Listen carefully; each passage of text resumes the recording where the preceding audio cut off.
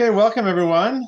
Um, Welcome to tonight's webinar. Did we actually win? Well, I think the answer to that's pretty clear. We did win. We won in a really big way, and it's results of the work of all of you out there, all people around Ontario. We managed to turn a major train wreck for the environment in Ontario into a major win, one that I think is unprecedented.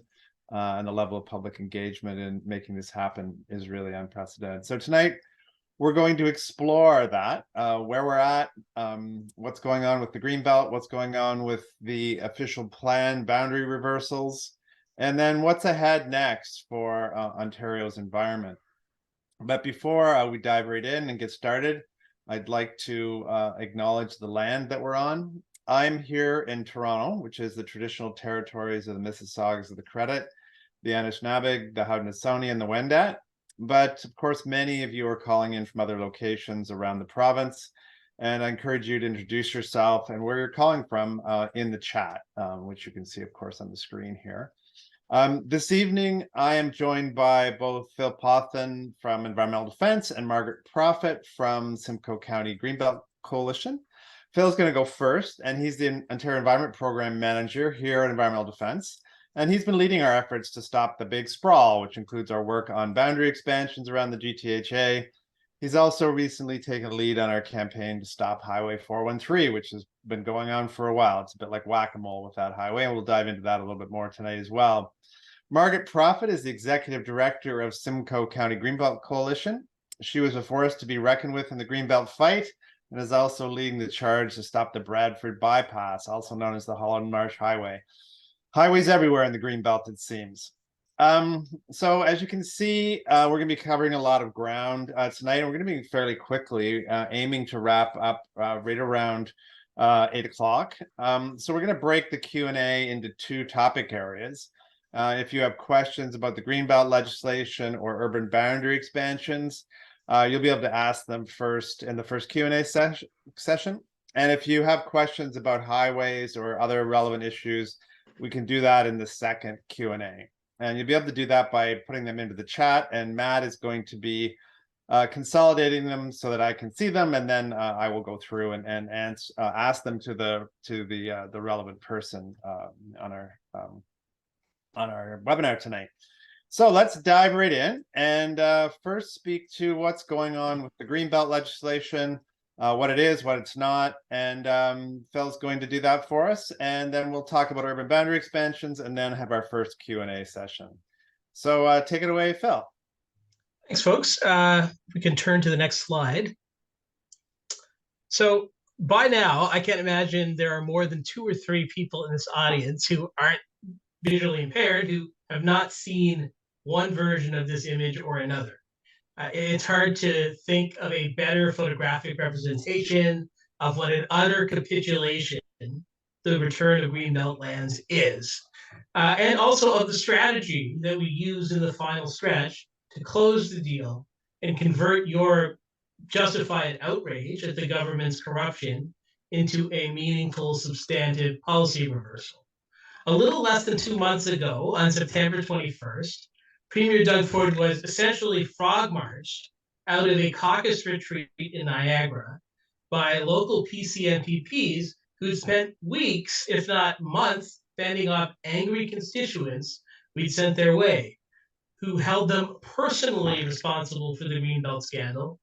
And they forced him to apologize for and to commit to reverse completely the policy of Greenbelt removals that Premier Ford and his government had spent the last 10 months and a vast amount of political capital trumpeting and defending. This wasn't any peripheral policy. This was the most visible thing that the government has been doing over the past year. And what stuck out about this apology and this commitment to fix things, at least initially, was how clear and thorough they seemed to be, as if they were taken directly from our own letters to the government. As a first step, this is a quote. Here's the quote. As a first step to earn back your trust, good, I will be reversing the changes we made And here's the key thing: Ontario won't make any changes to the Greenbelt in future. So those were some pretty clear, crisp parts of that commitment. Those are clear things that, if commitments from this government meant anything, we could hold the government to. So let's switch to the next page. Next slide.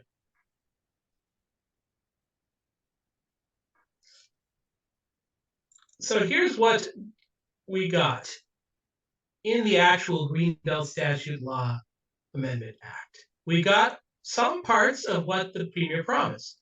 The Greenbelt Statute Law Amendment Act does restore Greenbelt protection to all 15 sites that were removed.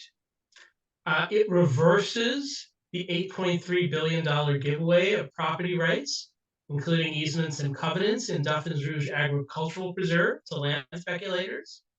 It restores Greenbelt land use protections. So those are the internal designations of land in the Greenbelt to pre-2022 levels of protection. And it requires the government, and this is a step forward relative to the status quo.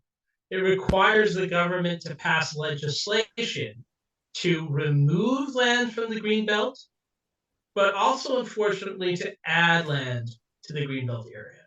We can just switch slides. So here's what's missing, and what we say is falling short of the Premier's second Greenbelt promise. A commitment not to remove land from the Greenbelt in future is not just a commitment to require a different process for removing land from the Greenbelt. It means restoring certainty, which we always had implicitly, that land that was in the Greenbelt to start with is going to remain Greenbelt land in perpetuity. That land which is off limits to urban and suburban development because of Greenbelt protection today will forever be off limits to land to those removals. And in order to do that, particularly given what the government has already done to shatter that sense of permanence and certainty that the Greenbelt regime relies on, especially given the amount of tenant farming that's going on, the government actually has to do more than just undo what it did. It actually has to act proactively to close procedural loopholes that allow for Greenbelt removals through the 10-year review process. In our view, it was always understood that the 10-year review process was never meant to remove any significant chunk of land from the Greenbelt. It was meant to improve Greenbelt protection. It was meant to strengthen and add land to the Greenbelt. But Minister Calandra has clearly signaled through his language that he now intends to entertain requests for future Greenbelt removals seriously as a result of this process. So this is not in keeping with the commitment never to remove land from the Greenbelt. The Greenbelt legislation also contains provisions that we know from the comments of Minister Calandra are vulnerable to being used and manipulated to create a pretext for removals. Studies, recommendations. It retains the power of the minister to recommend Greenbelt removals, and the interpretation provisions of the Greenbelt have not fixed the problem that the minister has created. They have not restored what was always the unwritten premise of the Greenbelt, which is that the Greenbelt is meant to be permanent. That land, it's a permanent reserve of land. And so it doesn't fix that by adding those provisions to the interpretation clauses of the Greenbelt Act itself. Other pieces, one of the key hammers that the government used to attack Greenbelt protection, and as we'll see later, to push for settlement boundary extensions, was using leapfrog development as a boogeyman that required removing land from the Greenbelt in the interior side of the Greenbelt.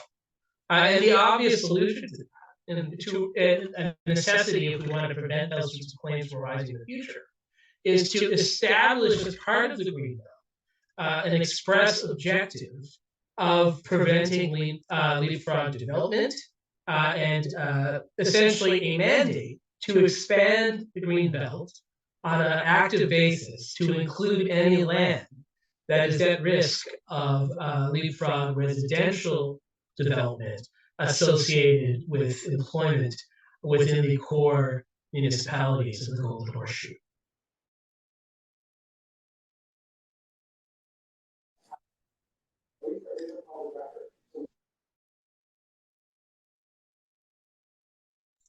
Hello? Can folks hear me? Yeah, I was muted. I don't know what happened there. I don't know where I was cut off, but the other piece of the legislation is that while the Duffins Rouge Agricultural Preserve Act was restored, the Central Pickering Development Plan, which is a key piece of the puzzle of removing and diverting development pressure away from the Greenbelt future, was not restored.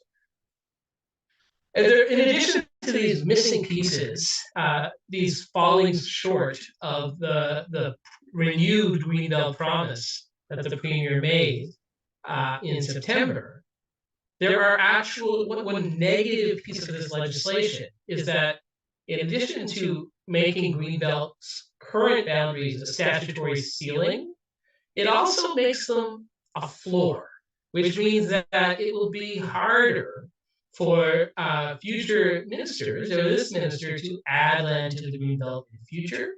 And any process of adding land to the Greenbelt in the future will reopen the boundary question in a way that could also result in Greenbelt removals. And in order to address this issue, the legislation must include a regulatory path to add land to the Greenbelt that is beyond the existing land base of the Greenbelt, which is statutory. Next slide, please. And so, just to underline that these are not mirages. This is not me as a lawyer sort of nitpicking the legislation and imagining loopholes. There's very clearly in the government's language a backing away implicitly or expressly from the very clear commitments of the Premier early on. While on September 21st, the Premier said clearly Ontario won't make any changes to the Greenbelt in the future. By October 16th, Paul Callander was expressly contemplating future changes to the Greenbelt boundaries and attempting to create a process which might somehow cause those changes to be viewed as legitimate. So the bottom line takeaway here is do not recycle your lawn sign yet. Keep those hands off the Greenbelt lawn signs on your lawns because you're going to need them. Next slide, please. So in many ways, the story of the settlement area boundary.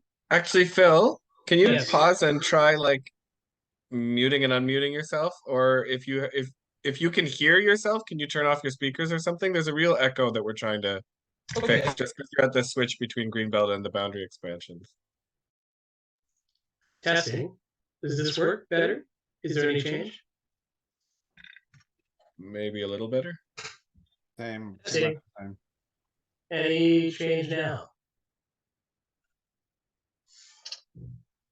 Oh, well, hold on. I'm going to try something. Apologies. And then unmute yourself. I did mute all. And please, everyone, don't unmute yourselves. Thank you.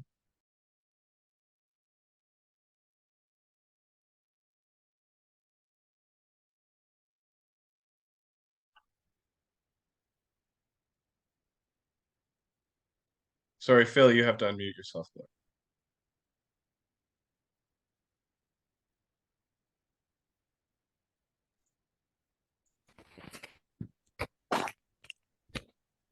Can you hear me now?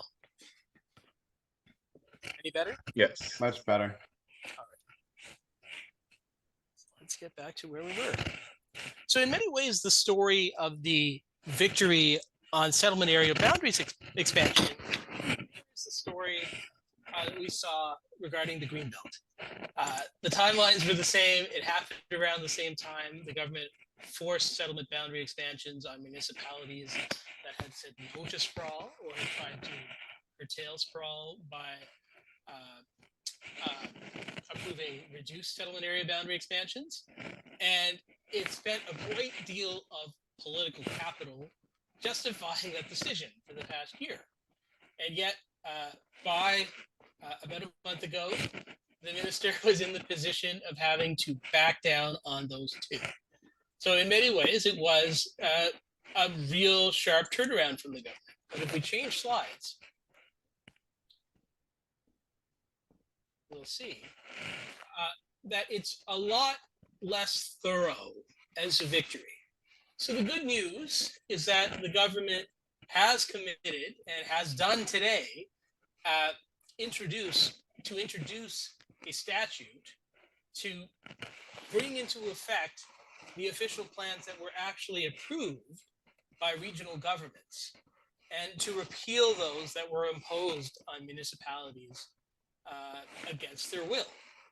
And especially, and that includes, and the core of those decisions was the decision to impose settlement area boundary expansions, and in the case of Hamilton, to lower the percentage of growth directed to existing built-up areas, and in the case of Barrie and some other regions, to lower the densities that were required for parts of their new designated greenfield.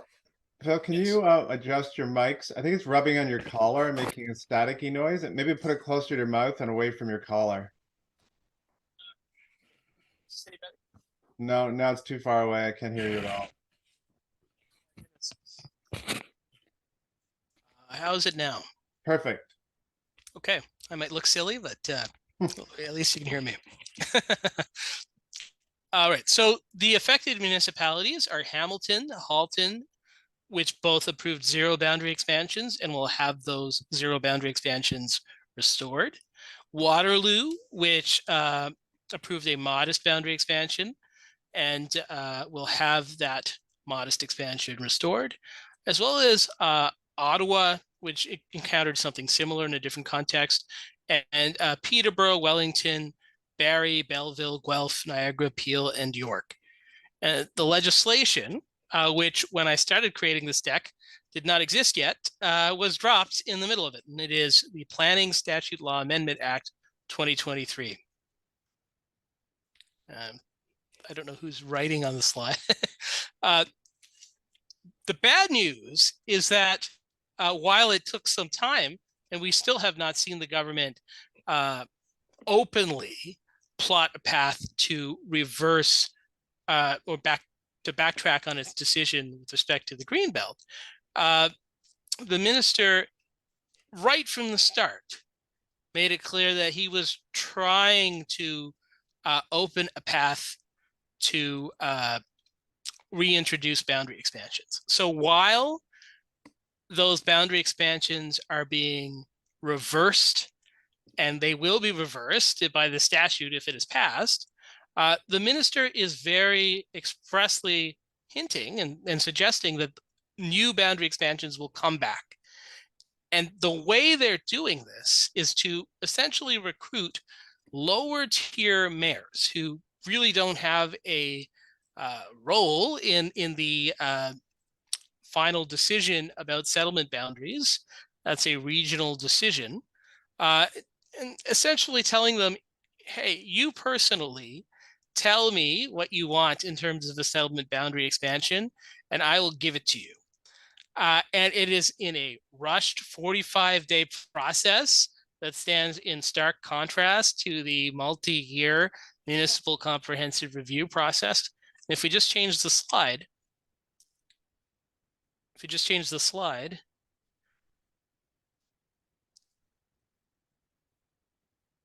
hey guys, can we, oh, there we go. What it's really meant to do is to create a corruptogenic process, as I call it. It's a technical term, but it means something, at the municipal level. It's calculated to replicate at the municipal level, the same opaque, if we go back, arbitrary and concentrated power that gave rise to the original corrupt settlement boundary expansions. And that starts, first of all, by circumventing the municipal comprehensive review process, which, apart from everything else, is an anti-corruption process because it generalizes the decision among multiple councillors. It involves a formal series of consultations. It involves an open vote, an open debate. All of that is swept aside in favor of a essentially private decision, an unaccountable decision by an individual mayor. And these are mayors who never had any mandate for settlement boundary expansion. And it's an intentionally rushed process, which means that unlike the original MCR decisions, where the public was able to use its voice and call out cases of incipient corruption and prevent boundary expansions that were inappropriate, as happened in Hamilton and Halton, those decisions and those opportunities to root out those problems are excluded from the process. And the goal here is not just to replicate the decisions, but to replicate them in a way that gives the government patsies who can bear political responsibility for the sprawl that it wants to make happen. And in this case, those patsies would be these lower tier mayors who are essentially, they have a lot less capacity, a lot less resources to understand the situation, and they're much more vulnerable to the kind of pressures that give rise to corrupt decisions. If we change the slide. So both of these changes, the hints by Paul Calandra around the 10-year review process, and the language and rhetoric used by the minister regarding its proposal to quote unquote consult mayors on the settlement boundary expansions, they're all part of the same game plan. And that is to sequester the sprawl and real estate speculation scandal that has engulfed this government.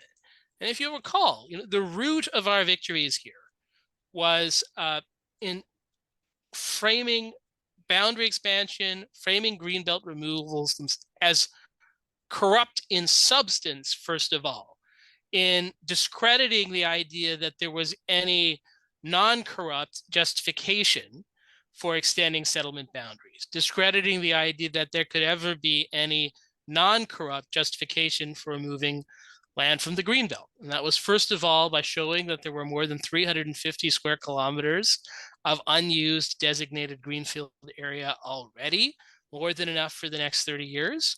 But secondly, by showing that adding more land would actually slow down housing production by diverting scarce construction capacity away from compact forms of housing and existing neighborhoods where they would build more homes more quickly into less efficient forms of development that would build fewer homes slower. So the corruption essentially involves using public decision-making to divert construction capacity to benefit the friends of the government. Quite apart from any process issues, that was the issue. The government has used, it was only because of those substantive decisions, or those substantive defects in the decision, that we were able to get the attention of the Auditor General or the Integrity Commission or media and get them to start asking the question of what was really behind the decisions the government was making. So now that the government has been caught out on the more mundane forms of corruption that were involved in these decisions, they're trying to turn that into a strength by saying that this was a scandal about bad process. And so they're repeating, and we saw the seeds of this even in that relatively good statement from the Premier, where he claimed that this was about a bad process, and therefore that was the reason why they had to reverse the removals. And Minister Calandra, again, He emphasized that it was a bad process because the minister's office was too involved. And so the attempt here is to allow them to try and say, we've created a new clean process and we are going to provide a better paper trail this time. And we're going to get ourselves some patsies this time. And if we can do the exact same thing all over again, and this time it'll be clean because it had a different process. And a key part of this, which has gone somewhat unnoticed, is that they intend to get rid of the rules by which these decisions could have been characterized as corrupt at all. And in particular, this is something that really dwarfs a lot of the other changes we've seen. They're intending to get rid of the growth plan for the Greater Golden Horseshoe already. That's a policy proposal that is on the ERO now. And that means that the entire decision structure, the entire logic which told us that it was wrong to extend these settlement area boundaries would be ripped out from under us. And this in particular, the requirement that you not extend settlement boundaries unless there's a need for more land would be removed. The requirement that any percentage of growth go to existing built up areas would be removed. So the foundations for finding these decisions to be corrupt would be eliminated. And this would allow the minister to say, we have a new process that fits these non-existent rules, and walk away clean. And so that is the narrative that we have to push back on. And that is why it's so important that we get back to the fundamental, that we not fall into the trap of framing this as strictly a procedural problem. We need to talk less about the process and more about the fact that there is no non-corrupt way to extend settlement boundaries, and no non-corrupt way to remove land from the Greenbelt when we have a housing crisis. And it's the responsibility of government to marshal construction resources to the forms of development that will deliver more homes more quickly. Thanks, folks. Thanks, Phil. So now we have some opportunities for question and answer. So if you put them into the chat here, you can click on the bottom of your screen as this slide shows, and then we can compile them, and I can figure out which ones to ask. Let's see. Matt is cutting and pasting. First one here, is there a standard process or timeline most municipalities are following to make their decisions about their official plans during this 45-day window to comment back to the government? And not only is there no standard process, there is no process at all. The point of this letter, which was leaked and which we got a hold of, sent by Minister Calandra to local mayors, is that process would be circumvented. The process, quote unquote, is that the minister asks the mayor and the mayor tells the minister what they would like, which is essentially the same kind of dirty situation that was at the root of the Greenbelt scandal and the boundary expansions originally. That's why they had to be reversed. Some mayors see that this is a politically risky proposition, and therefore they themselves are trying to spread political responsibility, for example, by bringing it before lower tier municipal councils. But those lower tier municipal councils themselves also did not have any right or legitimacy in overturning the decisions that were made by regional governments. They did not, and so there is no straight process. But the best way, if you want to stop this from happening, is to lean on the mayor personally while copying the local councils and regional councilors. And the key message to give to your mayor is, if you do this, we will know you are corrupt. It's as simple as that. That you will be outing yourself as just as corrupt as the minister and everyone involved in the original Greenbelt scandal. if you rubber stamp these boundary expansions, and you do it before they've committed themselves, because it's difficult to tell someone to their face that they are corrupt. But if you say, if you do this, you will be corrupt, then they can choose to put on that shoe if it fits. Thanks, Phil. Couple more questions and then we'll move on to the next topic. But someone asked, I'd heard Bonnie Crombie, who's the one of the candidates for the Liberal Party leadership, supports Greenbelt removals. What's your take on that? And I know, Phil, maybe you want to respond to that, because I know we've had some back and forth with Bonnie Crombie's team. Yeah, so certainly that was an absolutely atrocious blunder of a series of comments originally by Mayor Crombie. The good news, or so we hope, is that Councillor or Mayor Crombie has committed, is completely backed away from those statements, at least publicly. The public position of the Crombie campaign is that there can no longer be removals of land from the Greenbelt. Their position aligns roughly to the legislation that we have on the table now. So we don't see them backing away from or we don't see them reversing the return of lands to the Greenbelt or the statutory enshrinement of Greenbelt boundaries. We don't really wade into individuals and whether they can be believed as to what they're promising, but we encourage you to contact the Crombie campaign and impress upon them the importance of ensuring that no future land is removed from the Greenbelt, but also of backing the changes to Greenbelt legislation that we've talked about earlier in this presentation. And it's worth noting, we will be sending you a follow-up link with a letter to target and a detailed set of amendments to the government's Greenbelt legislation. So we ask you to ask the government to do that, but we also ask you to forward that list to any leadership campaign or other candidate that you're interested in, and ask them to commit to make those same changes. Great. We'll just do two quick ones. What's the date timeline for the 10-year review of the Greenbelt? And then the last one, will developers be compensated for their $8.3 billion loss? So the first one, I apologize that I do not have the exact date of the review. I don't think that it is actually being announced in a specific way by the minister. It would happen within this term, though. So it's certainly something. It's not something that is for after the next election. There, as I understand it, a 10-year Greenbelt review is coming up within the term of this government, and the minister is sort of setting the table for what it would look like right now.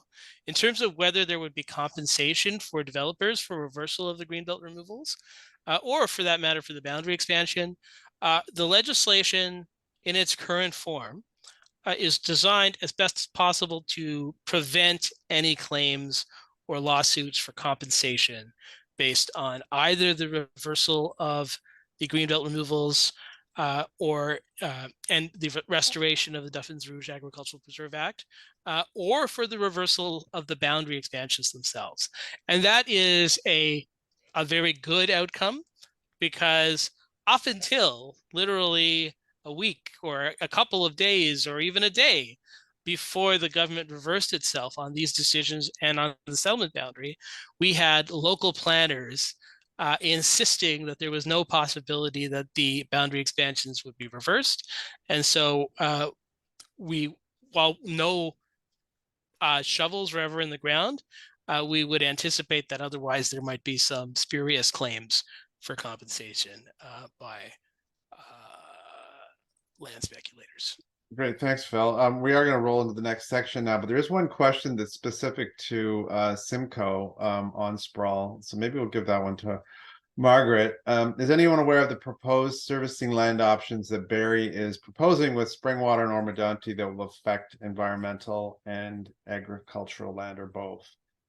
Margaret, do you have a quick response to that? Yeah, I don't know the specific question, but Barrie is looking to add more industrial lands to their boundaries. Unlike other places, this would require annexation because they're looking into Springwater and Oromodonte. Both Springwater and Oromodonte are vehemently opposed to this annexation. They're looking several hundred acres. I think it was 800 and some odd acres, but don't correct me on that because I don't have my notes with me because I wasn't prepared for this particular conversation. The proposal that Barrie has is that they would take over environmentally sensitive lands in Oro, as well as what they're calling scrub brush, but also, you know, that's a class 1 to 3 farmland. And then there would be class 1 to 3 farmland in Springwater taken as well. My personal assessment is that the government would be very leery. I don't have any inside information, but my take is that the government would be very leery on honoring that request because the MPP that would be involved barely won their seat and won it in Springwater and Oromodonte because it's a shared riding with Barrie. But there is a public open house that Barrie is going to be talking more to the Minister of Municipal Affairs and Housing and sending in a report. And that is on next Thursday, I believe. I can just look at my calendar. So for people that are really interested in this and want to hear more and ask questions, then you can look up, yeah, it's Wednesday, sorry, the 22nd from 8 to 9 p.m. Great. Thanks, Margaret. Yeah, and just on the last question about when the review of the Greenbelt plan would occur, I mean, normally it would occur in 2025 because that would be 10 years after the last one. So it was a 10-year mandated review. The Greenbelt came in 2005, 2015, 2025. They could start earlier than that, and the minister has alluded to maybe doing that, but it would be 2025 if they followed the same pattern. So we're going to switch gears and move over to highways. Many of you, I think, may have heard that there was some recent decision about the Impact Assessment Act, which is the federal government legislation that governs the review of major projects. And of course, this intersects both with the Bradford bypass, but also Highway 413. So we wanted to dig into that a little bit. So Phil's going to give us a walkthrough about what the Supreme Court decision is, what it isn't, why it matters, and what next steps are by the federal government. And then we're going to look at that relative to the Bradford bypass and explore a little bit of the other issues around the bypass itself. And then move over to Highway 413. Of course, both of these proposed highways are on the Greenbelt, or at least partially on the Greenbelt. Very destructive and something we'd like to stop. So we're going to spend the next little bit of time on that, and then we'll have a Q&A session at the end, and then just some closing remarks, and let you all get out of here and go back and do whatever you're doing this evening. So Phil, you want to dive into the Supreme Court decision and what that means for impact assessment in Canada? Sure. I don't have a lot of graphics here because it's a Supreme Court decision and they tend to be very text heavy. But the key takeaways here are that, first of all, the Impact Assessment Act, notwithstanding the fact that it was ruled in parts to be unconstitutional, is still fully in force because it was never actually challenged in court. No one actually ever applied to invalidate the legislation. The case in which it was found that aspects of the act were unconstitutional was an advisory ruling. It's essentially an asking the Supreme Court for its opinion on legislation. Now, when it issues that opinion, it would be binding on anyone who actually does make a decision on the validity of aspects of the legislation. But the Impact Assessment Act remains good law in force for now. But the second and key point here is that the impact assessment can be repaired. It can be fixed very readily, in our view, in a way that maintains the reviews that we are concerned about here in Ontario, most of all, which are the Highway 413 review. And that is because the grounds upon which a review of Highway 413 could be grounded and are grounded include quite a few that are squarely within federal responsibility. The basis for objecting to parts of the current Impact Assessment Act was that they were only tangentially related to federal responsibility, and in particular, the climate change objection to Highway 413 and the greenhouse gas emissions component.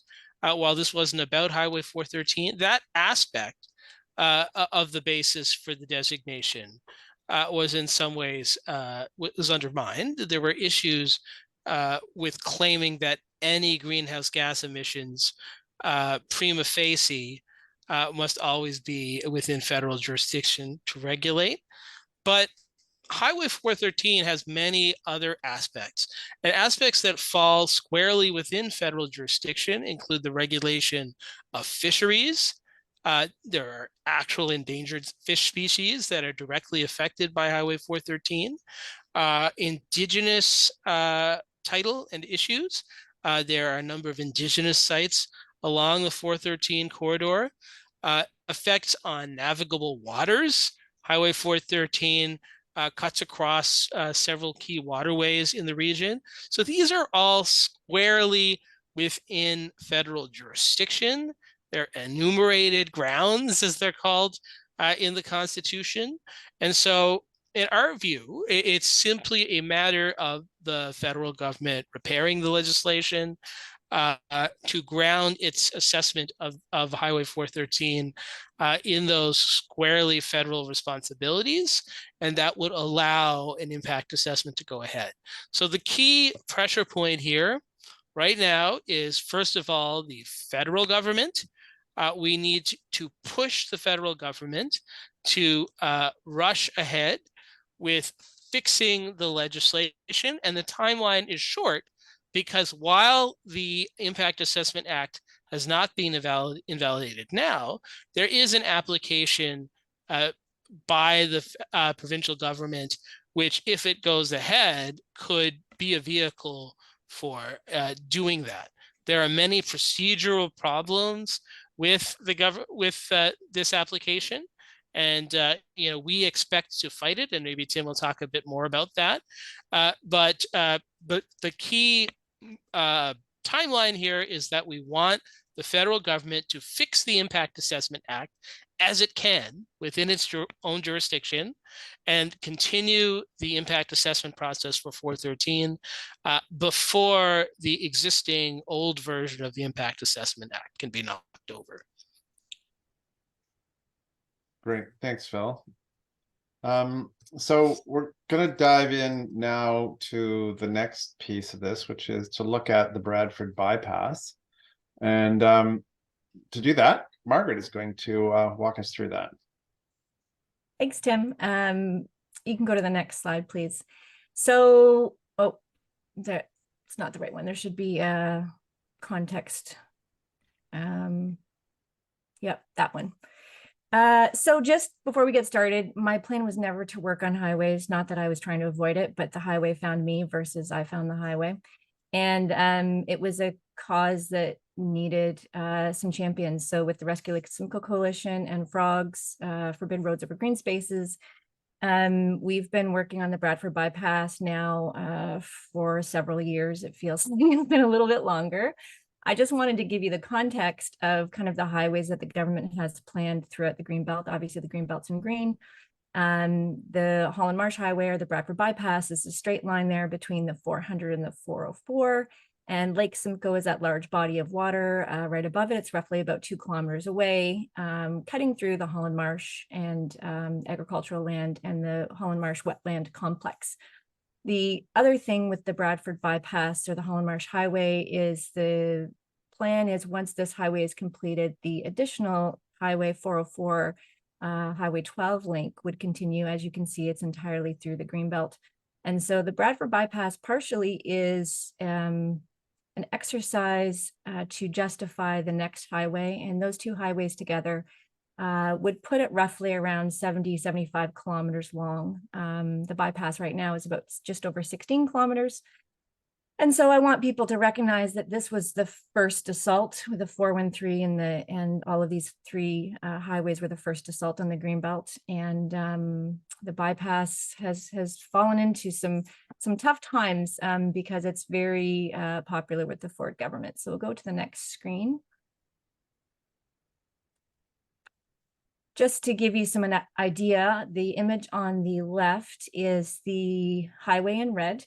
And then all of the orange and kind of blue hashed out areas are planned growth. Some of that is industrial, commercial growth, and some of that is housing. Basically, the municipalities along the route are looking forward to all of the land that's going to be developed around the 413, or sorry, not the 413, the Bradford bypass.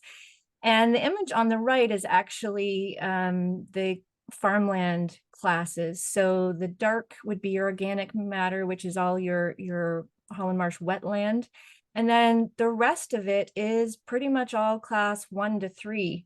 So this is prime agricultural land that this is cutting through. And mostly, other than Bradford, you can see that there's not a lot of huge settlements. Bradford would be the largest, and there's about 30,000 people, 35,000 people there.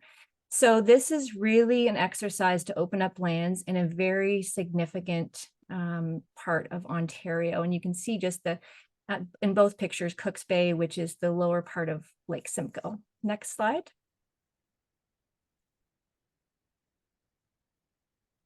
Thanks. Oh.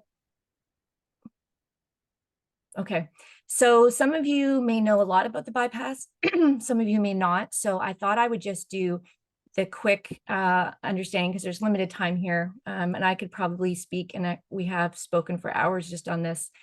There's 12 species at risk, and there's also 9 birds that are protected under the Migratory Bird Act.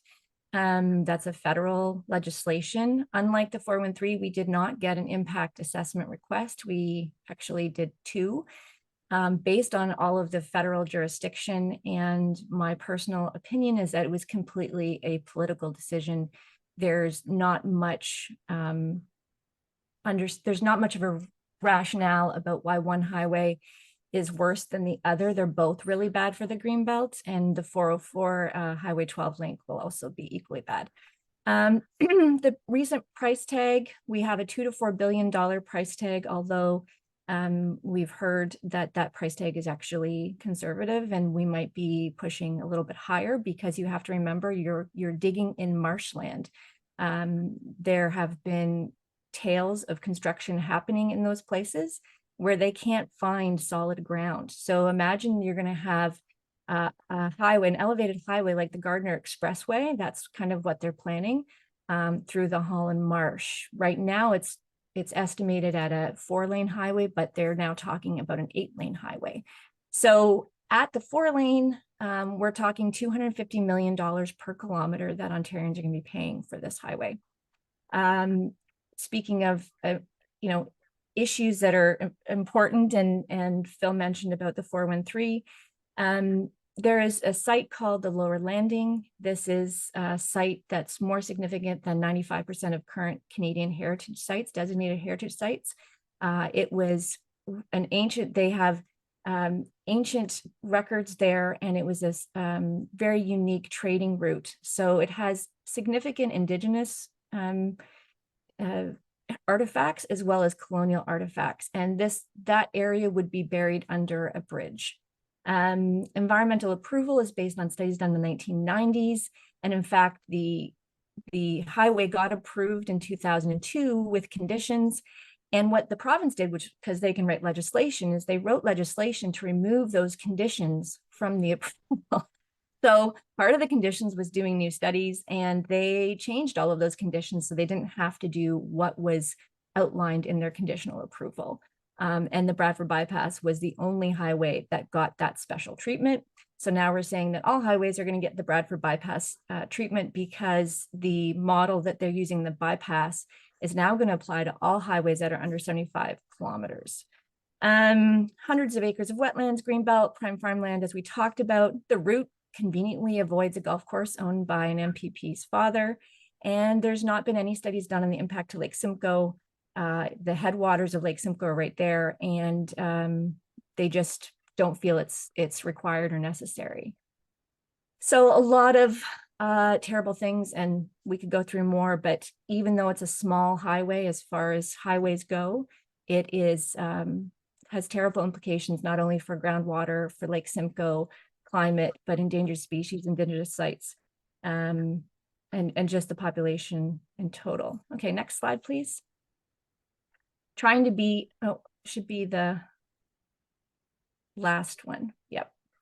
So unfortunately for the bypass, there's not a lot of regulatory approvals left for this. We don't have an impact assessment to kind of push the feds on. We don't, because the ministry changed the approval process for the highway, it means the Ministry of Transportation is the sole provider and approver of all of the studies. They basically, it would be akin to having a student decide the curriculum, write the test, have an open book test, and mark the test, and tell you how well they did on the test. So this is kind of the situation we're in. So what we're left with, and also keep in mind this was canceled once by Delta McGuinty in 2007-ish, so we can do it again. What we're left with is that we're kind of in a name and shame. So it's a stinky project. Ryan Amato, who you may have heard his name through the Greenbelt issues, was the director of stakeholder relations, which is basically a fancy term for saying we get to talk to developers all the time under a title. And the developers that were also implicated in the Greenbelt scandal, including DeGasperis and Flato and Rice Group, are major landholders. This project was actually not supposed to get bumped up, but it became a political project. And so even though internal MTO staff said this is not a project that we need to advance, we need to, do proper studies, the politicians kind of overruled that. And that was through the Auditor General investigation. The price tag keeps rising, studies are missing or out of date. So we need to kind of keep digging and exposing. Municipalities along the route are really looking at this as free infrastructure. There are options to deal with traffic with regional roads and road improvements, but the municipalities don't want to pay for the infrastructure. And so as long as it's a provincial project, even if it doesn't fix their traffic issues, then they're going to go for it because they don't have to pay. So if you know people that are in King, Georgina, East Gwillimbury, Newmarket, or Bradford, West Gwillimbury, they need to be pressuring their council. And if you're not in those places, keep in mind that you have an MPP who may have an opinion on this. It's going to take a little bit of effort, but we've got some plans with freedom of information requests coming out because we know that the rot is there. We just need to expose it. And public pressure, sharing things on social media about it is really helpful. It may not seem like much, but writing letters and sharing things on social media and showing up when it counts is what kind of won us the Greenbelt days, the Greenbelt wins. So we can do it again. And I think, whether it's the 413, the Bradford bypass, or the other, the 404, Highway 12 link, this is the, highways are the gateway drug for sprawl. So you put a highway through it, you're going to get houses, you're going to get a loss of farmland and a loss of endangered species habitat. You're going to have water issues. You're going to have air issues. The science behind highways is actually very clear about how poor they are for air quality. We've seen studies and we've tried to tell people about how much the air quality of people living along a highway route, how it leads to things, cardiac disease, Alzheimer's, cancers in children. That's just the air, including for people that routinely drive those highways. So the science is very clear. Similar to climate change, there's not really a lot of dispute about the health implications and the environmental implications of highways. It's an outdated way to deal with transportation issues. It does not build community. It does not invest in an economy. It's just more big box stores. So we have to stand together to kill all of these highways because frankly, once one goes, they all just now necessitate the next. And happy to answer questions later if we have time. And I hope I didn't go over time because I was trying to rush for you, Tim. No worries, Margaret, no worries. We can go over a little bit of time, I think. Phil, do you want to talk briefly about the 413?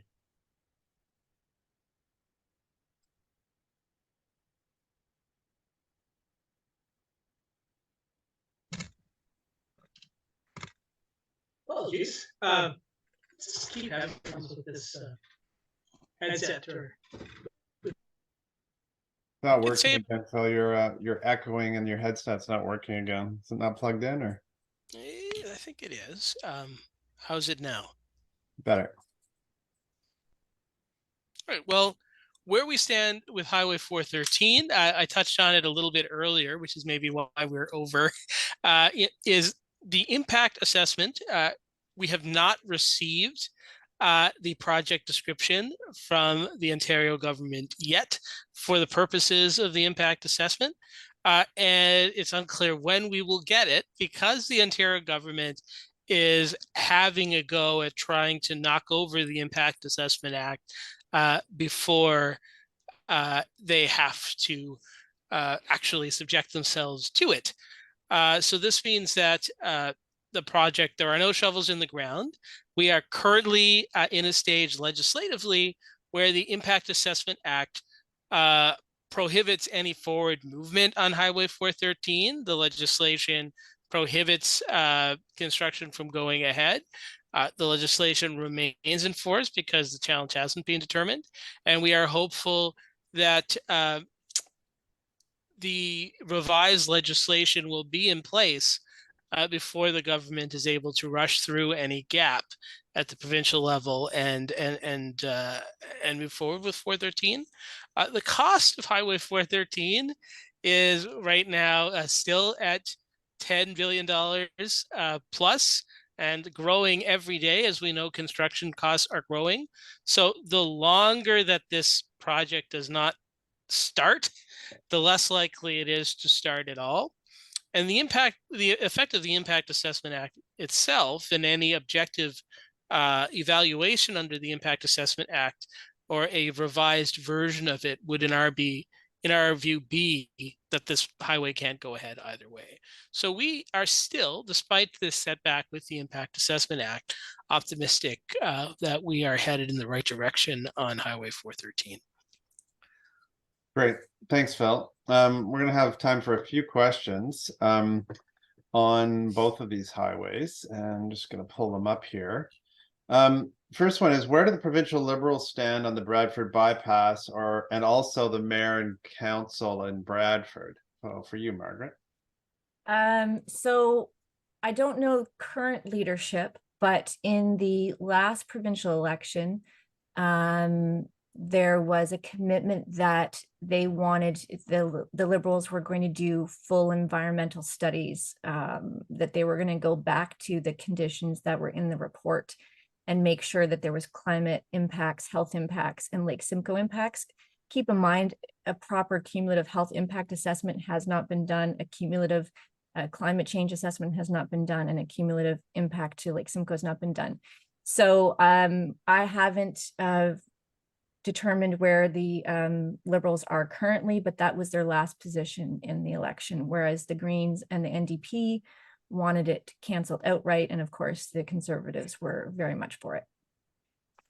Oh, and then the local councils in Bradford, the councils want it. The mayor and most of the councillors, there's one or two dissenters, but they're quiet dissenters. And I think people need to realize that when you get into small town politics, it's very difficult for people to dissent because there is a lot of pressure. So for example, us putting up flyers in downtown Bradford on about a public open house about the health impacts of the highway that's coming led to one of our canvassers being followed and yelled at through the town.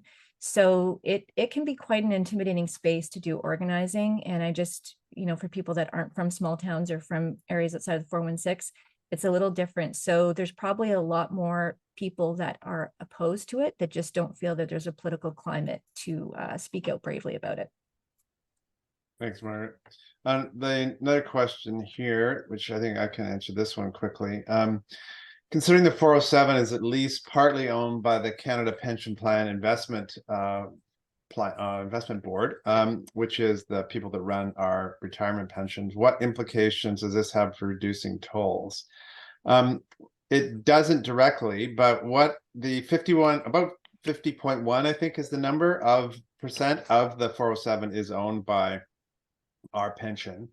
So any tolls that would be collected, the profits from that, of course, would be going back to help pay our pensions. But I think the tolls, at least based on the work that we've done on this, that the provincial government would supplement the tolls that the trucking industry would pay to go onto the 407. They don't use the 407 right now because it's too expensive, right? So the idea is that the province would subsidize those tolls, and that would be much, much, much cheaper over a 30-year period than actually building the 413. And of course, it would get the trucks off the 401, which would improve congestion, at least for a while, on the 401, and would also solve or address the claim that the province makes, which is that the 413 is for trucks, because the 407 is a better trucking route, given that it goes from Milton all the way over to the 115.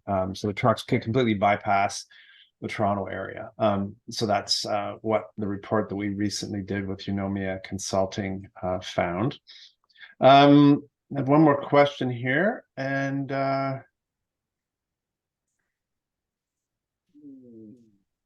here's a general one, which I think either Margaret or Phil could answer, because this is, both in the case of the 413 and the Bradford bypass. But what are the impacts of these highways and rivers and streams in terms of flooding and water health? So, pollution. Margaret, you want to have a go at that? Some of the, generic impacts that we see from these mega highways on both water volume, but also water quality. Yeah, you've got the problem with the construction part and the contamination with construction. Of course, they have to dewater in a lot of places too for all those crossings. So that leads to issues of contamination and a quantity issue. You'll see normally that there's groundwater impacts, which in our area is really key to private wells, and even the municipal wells are on groundwater. So they don't have a really good, generally the MTO doesn't have a great plan about how they're going to monitor and continue to monitor private wells or municipal wells to make sure that they're not impacted. They just say, well, we'll just wait and see what happens. And then of course you've got, once the road gets built, you've got salt pollution and road pollution that way, and particulate matter, which gets into wetlands. When you saw, so the 404 got extended into the Maskinonge, and before the 404 was extended into that watershed, the testing stations that they had for salt, I think there was only 12, I think roughly was about 12% of the testing stations were considered above provincial quality monitoring standards for salt. A few years later, after the highway was built and they tested those same stations, now you're over 75% of those testing stations exceeded now the salt requirements. So there's a significant, and that of course impacts the breeding of fish and the salinity, which will increase temperature. Like there's a whole lot of a cascade effect with the salt. So if there's a highway there, the water's just not as good, plain and simple. I guess True, very true. The piece that I'd add to this with respect to 413 in particular is that the Bradford bypass, it's largely through Greenbelt land, but because Highway 413 runs through what's called the Peel Plain, which is a large chunk of land outside the Greenbelt, it actually, the water impacts of 413 will be much greater than those of the highway as a structure itself. Because the whole purpose of Highway 413 is essentially to be a publicly funded subsidy for the paving of the Peel Plain.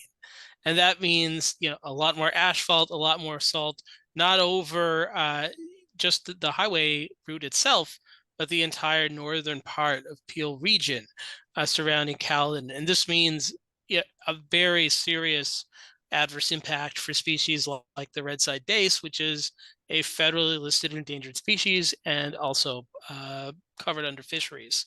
And so this is, yet another reason why, we think even with the revised Federal Impact Assessment Act, there's clear grounds to shut down the 413. You're muted, Tim. Sorry, folks. Yeah, thanks, Phil. So on the 413, we actually have new signs available, new lawn signs that now include a message about opening the 407 to truck traffic. If you want to request a lawn sign, you can find that now in the chat, and you can choose a pickup spot near you. If you go to the link, and a local volunteer will be notified, and you can get yourself a lawn sign. So we've got lots of those available now. And now we'd really like to talk to you just about like what next in taking action on sprawl. We will be submitting a formal comment on the environmental registry posting about the Greenbelt reversal legislation soon, but the public can comment at any time. So you can make a comment tonight using something you heard in this webinar, or you can wait for the follow-up email that we're going to be sending after this webinar is over, which will include action that you can take and include some talking points. If you're in one of the municipalities where the province has forced boundary expansions in the past, you know what we were talking about earlier tonight, it's important that you contact your mayor and tell them not to expand their boundaries. And further to what Phil was saying, make it really clear to them that you expect them not to work with the province and push something that's corrupt and forces unwanted sprawl in your community. We have automated email tools for people living in Halton and Waterloo region. And so if you're another municipality, just look up your mayor's contact info and leave a quick phone message tonight or tomorrow. And I'd just like to thank everyone for coming tonight. Really great to see everyone here. Nice conversation, good questions. We are recording this, and that'll be made available. Thanks again so much for all the work that you're doing across the province. We really have made a difference and made this government sit up and take notice. Now we just have to keep doing it for the next several years and win back all of the things they're trying to take away from us. And we will take back Ontario. So thanks very much and have a great night.